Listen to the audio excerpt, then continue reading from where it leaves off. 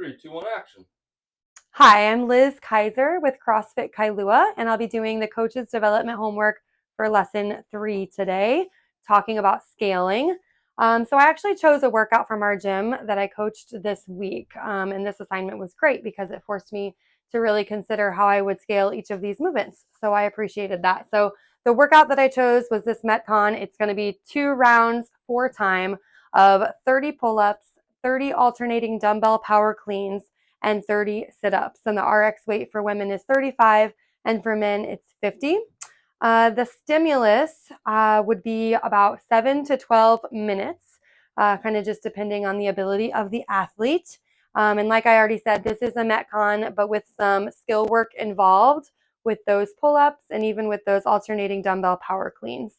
So to start with, for my beginner and deconditioned athletes, for those pull-ups, I would probably bring them down to ring rows, kind of depending on their ability. I'm not quite sure they'd be ready for the box assisted pull-ups yet.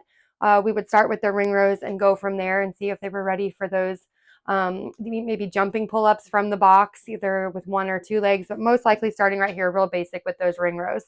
For that alternating dumbbell power clean, I would choose an ultra light weight, probably 10 pounds or less, to make sure that they're really hitting the quality of that movement, really engaging their legs and getting that dumbbell up to their shoulders and dropping under it, wanting to make sure they do that correctly before they move on. And then for those sit-ups, I would do some either bird dogs or dead bugs if they were not feeling like they were confident in getting into that sit-up position. For the intermediate, I would do the box assisted pull-ups. I would start with maybe 2 legs and then move down to 1 with 1 foot off of the box, but mostly engaging those arms to get into that pull-up. I would scale again the weight for the intermediate, scaling it down maybe just a little under what the prescribed weight is, maybe 20s or 25s. And then if my intermediate can't do sit-ups, which I'm assuming they'd be able to, I would have them do probably tuck-ups. So kind of like a half of a sit-up and still getting that core workout.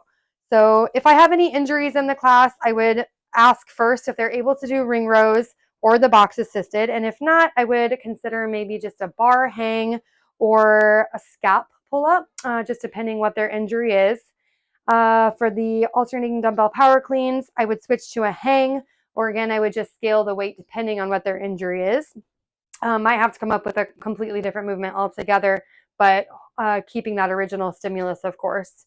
Let's see, the 30 sit-ups, I would have them plank or do a Russian twist. Again, it's so dependent on what the injury is. So yeah, that's what I would do in terms of scaling for this. Thanks.